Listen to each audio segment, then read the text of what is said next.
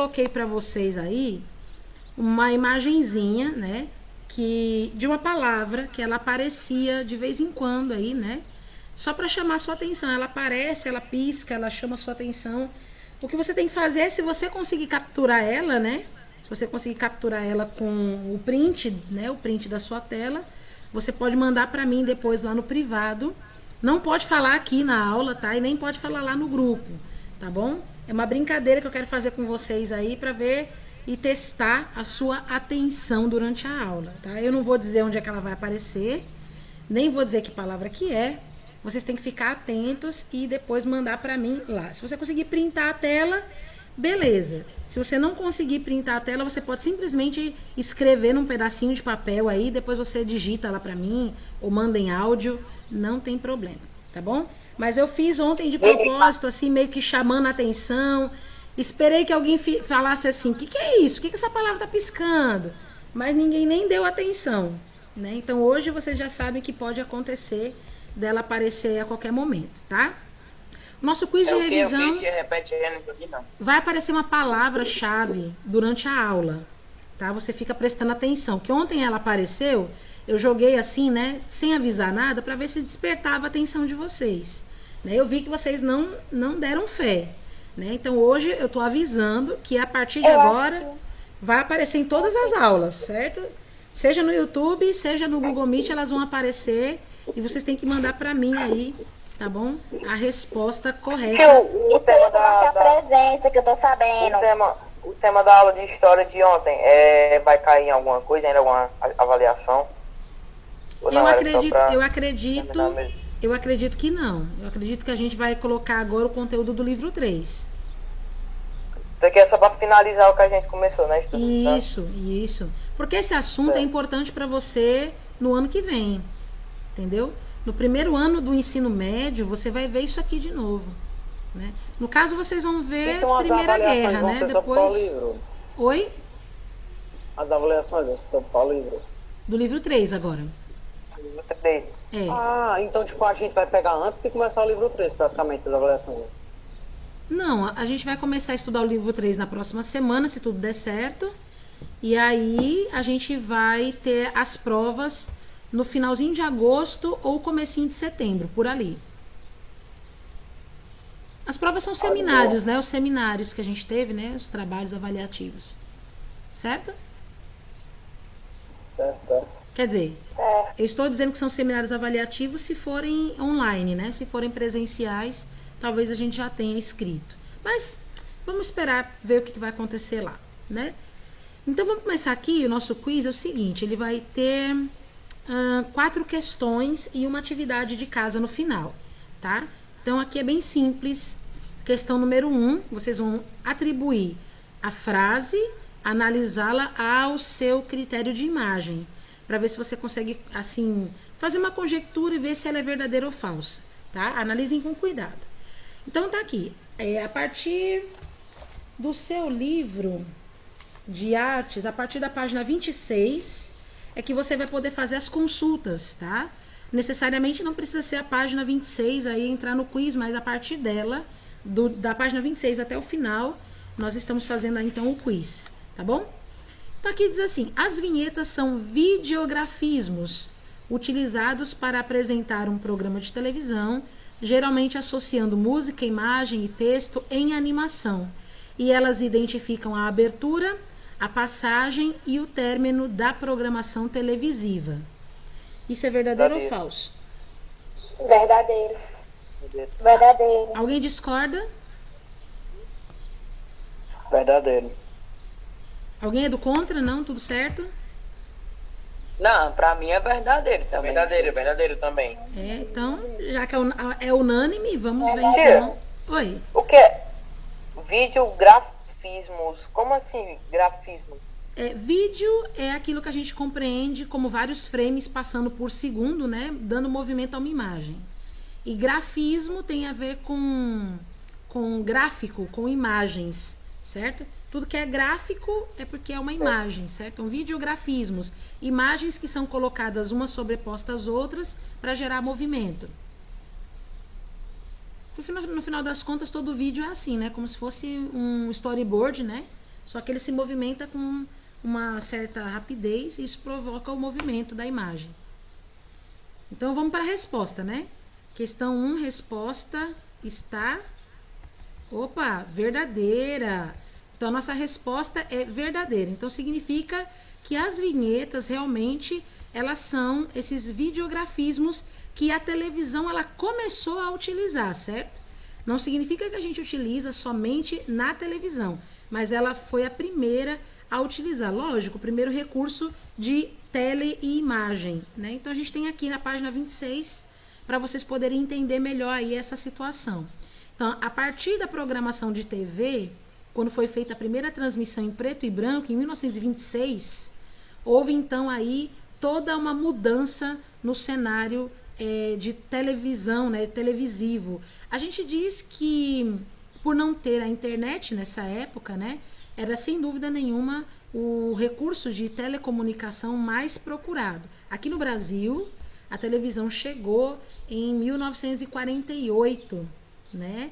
E a gente teve aí, se eu não estiver enganada, a fundação da TV Tupi, que foi a primeira televisão, né? A primeira emissora de televisão a ser fundada no Brasil em 1950 ou 1949, uma coisa assim.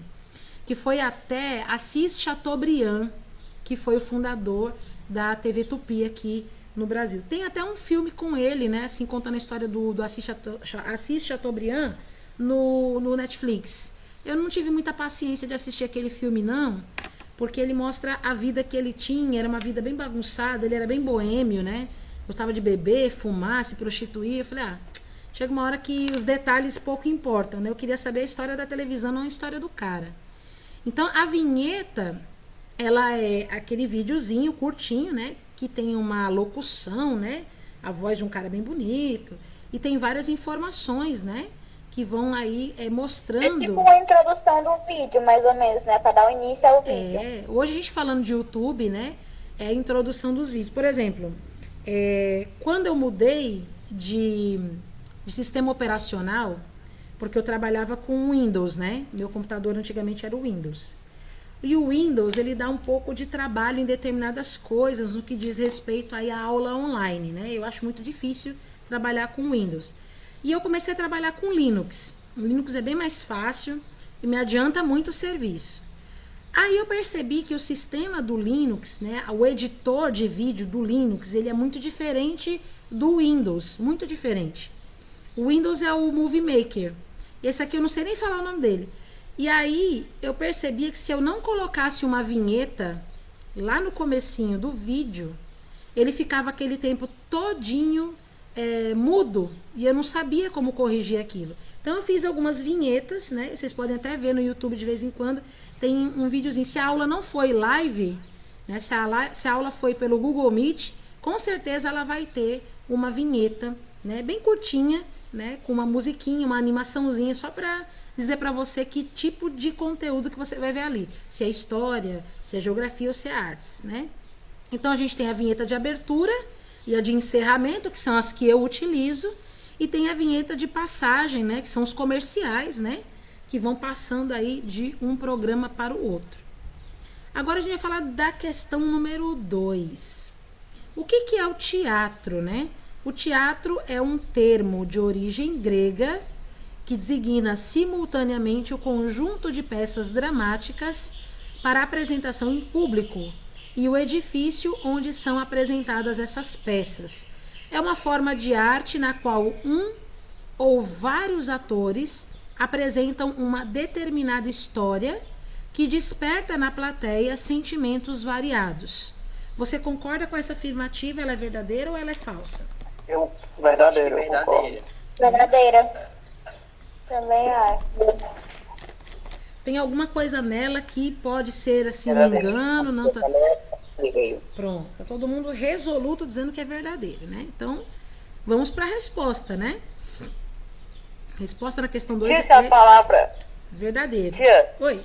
Eu acho que na aula passada de história eu vi esse negócio da tela mudando, só que eu pensei que era a senhora errando. Eu não sabia que é o que é, não. Eu pensava, o que é que a tia Patrícia tem? Que é só mudando e voltando. Eu fiz de propósito. Era palavra. Porque assim... É que eu já Sim, trabalho. Tá esse negócio que perguntando. ficava piscando, eu pensava que era tipo, tava bugando. É assim, até eu e Davi observamos isso. É, eu Aí também. Davi também disse, né? Pronto. Tia, não consigo Foi, ler tava direito não aqui, aquela sim. questão, porque parece que tá bugando o negócio. Então, porque eu trabalho já com o pessoal do sexto até o oitavo ano já com isso, né? Eles já sabem que quando eu vou dar aula, eu quero testar a atenção deles, né? Aí eu nunca tinha feito com o nono. Eu falei, eu vou fazer sem falar nada, pra ver se eles vão ficar. Que é isso, tia? Tá bugando aí alguma coisa? Mas aí ninguém disse nada. Eu falei, bom, amanhã eu explico pra eles o que é. Tá bom? Então vocês ficam atentos, né? A passagem do slide pode revelar a qualquer momento. De repente ela já até passou e você não viu, mas fica calmo. Fica calmo que nada está perdido. Avaliando aqui a resposta de vocês, então é verdadeira. A gente tem aqui na página 27 um dos exemplos, né? Do teatro de vertigem. No caso, o Teatro da Vertigem é uma companhia teatral paulista, né? A gente diz paulistana, né? Que tem como suas características principais encenar os seus espetáculos nos lugares que não são propriamente palcos de teatro, né? Então eles usam ali hospitais, igrejas, presídios, as fachadas dos prédios, isso para trazer uma ideia realmente de olhar para cima, né? De procurar captar a emoção do espetáculo que está sendo traduzido ali.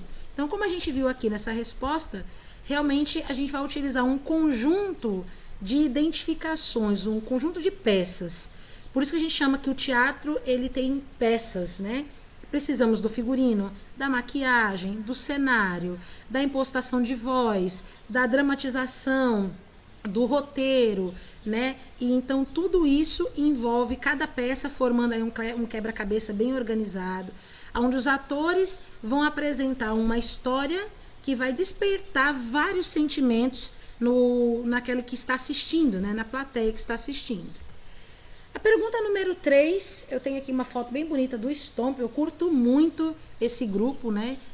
A gente está querendo saber sobre performance. Performance é uma modalidade artística híbrida, isto é, que pode mesclar diversas linguagens, como teatro, música e artes visuais. Você concorda?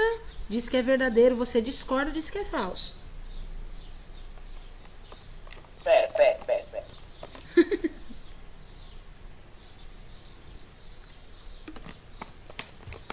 O que significa híbrido? Sei. O que significa híbrido? Híbrida é quando você vai mesclar, quando você vai fazer uma mistura.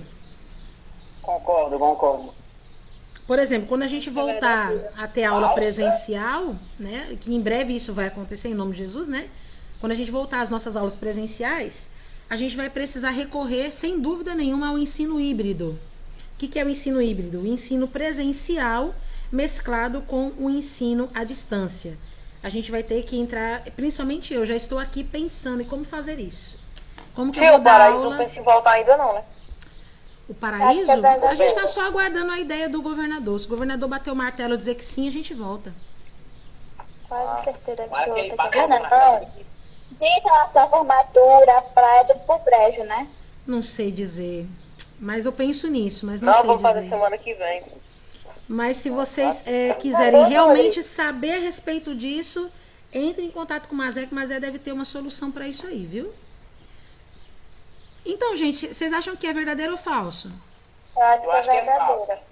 Eu acho que é falso. Eu acho Já que é deu verdadeiro. uma mesclada aqui nas ideias, né? Deu uma dividida. Bacana, isso é Eu interessante. acho que é falso. Pronto, é Eu acho que é interessante. falso. Eu também tô em dúvida. Então, leia de novo a frase. Ó, performance. Lembrando, é um chute. Performance é uma modalidade artística híbrida que pode mesclar diversas linguagens, como teatro, música e artes visuais. Você acha que a performance ela pode ter essa mistura de linguagens, teatro, música e artes visuais? Pode sim. Sim, pode. Eu Então, acho que pela imagem, sim. Pode, como a imagem tá representando aí. Bom, Pela então, imagem, sim, né? vamos para a resposta, tá bom? Em 3, 2, 1. Verdadeiro. A performance, ela realmente mistura tudo isso. A gente vê aqui, ó, o grupo Stomp, que realmente as performances dele vão utilizar o quê? Som, ritmo musical, com sucata, vários objetos como plástico, metal, vassoura, né? Então eles são artistas, né? que reúne aí culturas do mundo todo. E o que eles vão utilizar? Eles vão utilizar recursos recicláveis, né, reutilizados, para compor aí diversas manifestações musicais. Então, aqui no caso do Stomp, ele mistura reciclagem com música, né? Eles poderiam utilizar várias outras coisas também, mas isso significa que a performance, ela é essa modalidade híbrida da questão artística, né? Onde a gente pode mesclar diversas linguagens. Não precisa ser todas ao mesmo tempo, mas a gente pode mesclar teatro, música, artes visuais, a gente pode mesclar várias coisas, né? E eu acho que agora a gente vai para a questão 4, que é a nossa última questão do nosso quiz. Música experimental. Música experimental é um estilo musical clássico, originado no século XIX, que transformou a forma de como uma música deveria ser e mostrou-se muito mais erudita e comportamental. Isso é verdadeiro ou falso? Acho que é falso. Sem sombra de dúvida? Pera. Vocês ainda caem nas minhas, né? Eu faço uma pergunta pra vocês, vocês ficam com dúvida. Sei não, viu? Você tem a certeza de dar as respostas? Falso. Falso? Falso. Barnou aqui, ó. Música experimental é um estilo musical clássico, originado no século XIX, Vou na D. Falso.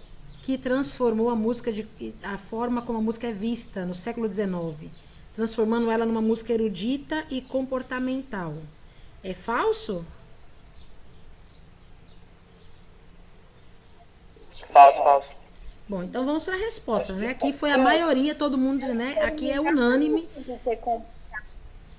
Então vamos lá. A resposta em 3, 2, 1 é falso. Por quê?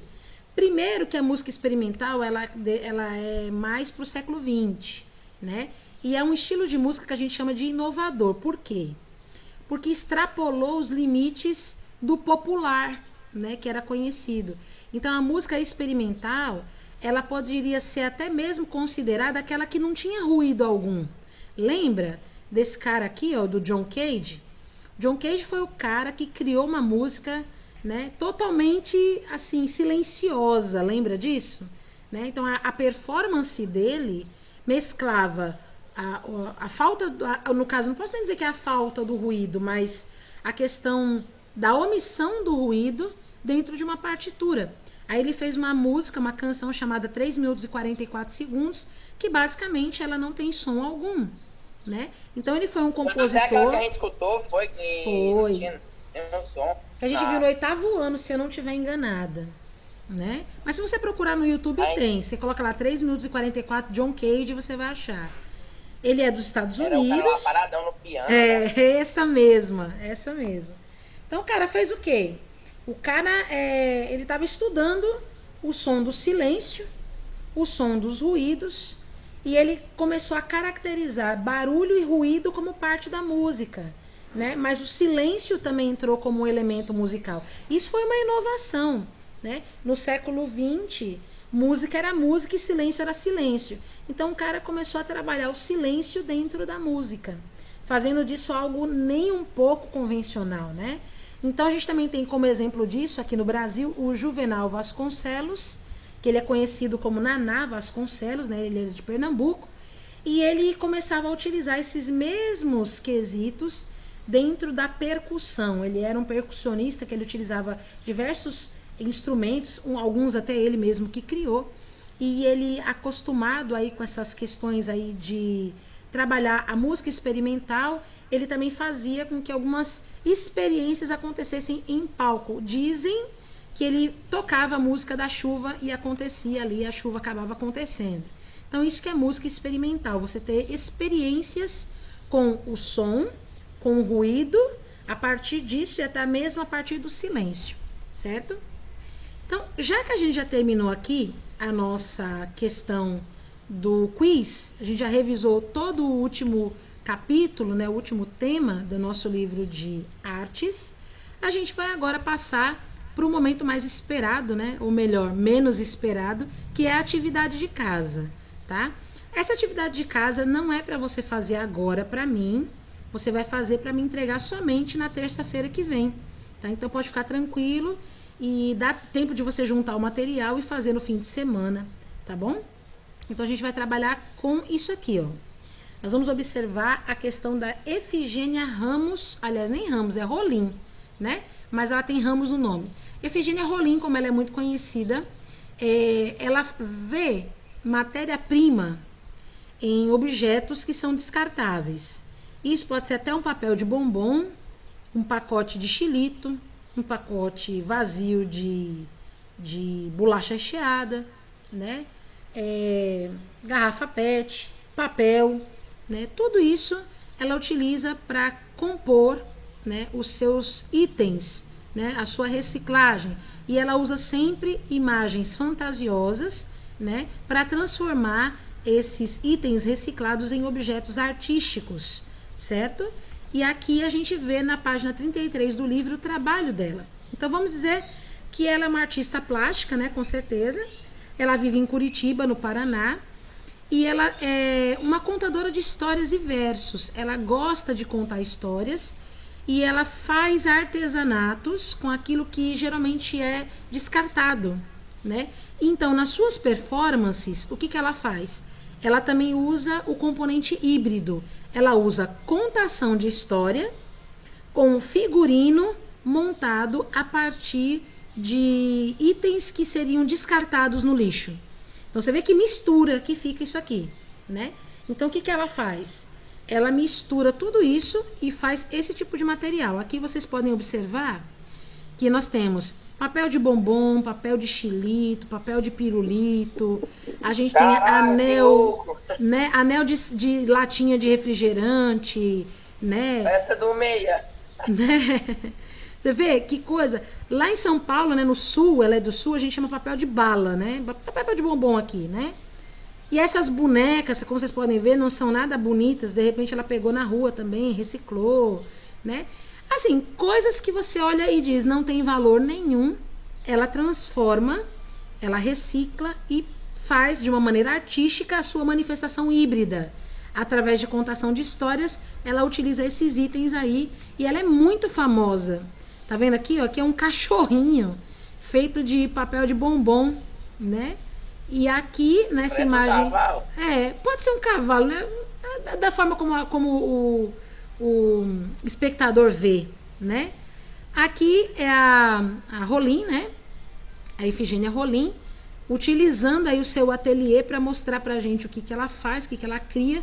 E aqui ao lado esquerdo, vocês estão vendo uma peruca feita com os cabinhos de pirulito que são jogados fora, né? Então, olha só que louco, é uma peruca feita de cabinho, né, de canudinho de pirulito. O chapéu dela é feito dessa maneira também. Então, o que acontece? Eu quero que vocês se inspirem nisso, né, para vocês trabalharem aí, criando algo que não precisa ser muito grande, deixa eu deixar bem claro, tá? Vocês vão se inspirar no trabalho da Efigênia Rolim e vocês vão construir, a partir de itens recicláveis, papel de bombom, embalagem vazia de qualquer coisa. A sua mãe esvaziou lá na lata lá o arroz, ela jogou a embalagem fora. Pega, guarda, para você poder fazer alguma coisa, né? Garrafa, canudo, papel, alguma coisa, para você apresentar na próxima aula de artes, tá bom? É isso que eu tô pedindo para vocês. Mas, tia, o que eu vou fazer? Ó, Fazer o quê, tia? Repete pra mim, por favor. você vai construir alguma coisa, né? Uma escultura, sei lá, uma moldura de um quadro, uma pulseira, um colar, uma peruca. Você vai construir alguma coisa, né? Um anel, não sei, você vai construir alguma coisa utilizando itens recicláveis, né? Papel de bombom, embalagem vazia, garrafa, canudo, papel, alguma coisa, tá? E aí você vai compor essa obra e vai mostrar pra mim na terça-feira que vem, tá bom? E aí você é que decide o que você vai compor. De repente você quer fazer um óculos, você quer fazer uma xuxinha de cabelo, não sei, você vai fazer alguma coisa. O mais fácil de fazer é a luva, só furar 5, pega uma sacola, fura 5 buracos na sacola e enfia o dedo. Gostei da ideia. Gostei da ideia, boa. Pode fazer também, fica top. E eu quero que vocês utilizem a criatividade e utilizem algum tipo de material reciclável que deveria ser descartado no lixo, tá? Não precisa revirar o lixo, tá, gente? Não vai pegar nada do lixo para trabalhar. Tô dizendo assim, você comer um chilito hoje, guarda a embalagem para você trabalhar aqui no fim de semana e ver o que você quer fazer. Na internet tem várias coisas. Se você colocar Efigênia Rolim no YouTube, vai ter muita coisa que você pode se inspirar, né, a partir do trabalho dela, tá bom? Então essa é a tarefa de casa, bem simples, não é nada de escrever, mas eu me lembro que quando eu era menina, o que eu fazia? Eu ia, por exemplo, pra praça com meu pai, às vezes ele levava a gente para passear num parquinho que tinha lá perto de casa. E ele costumava pegar umas tirinhas de um chocolate que as pessoas compravam muito naquela época e elas ficavam sempre jogadas assim, né, no chão, e ele catava aquilo ali, ele ia trançando e fazia uma pulseira e colocava no meu braço. Toda a vida ele fazia isso. Era uma marca registrada do nosso passeio. O tempo que a gente estava ali brincando, meu pai sempre brincou muito comigo, né? E aí ele fazia isso daí, deixava um negocinho no meu braço, né? E eu me lembro disso. Então é uma forma de você também exercitar, né, o trabalho híbrido, né, da Efigênia Rolim como uma forma de, vamos dizer assim, aprendizagem e artesanato ao mesmo tempo. Fechou, pessoal? A gente encerra aqui, fechou. Né, o quiz de revisão. Fechou.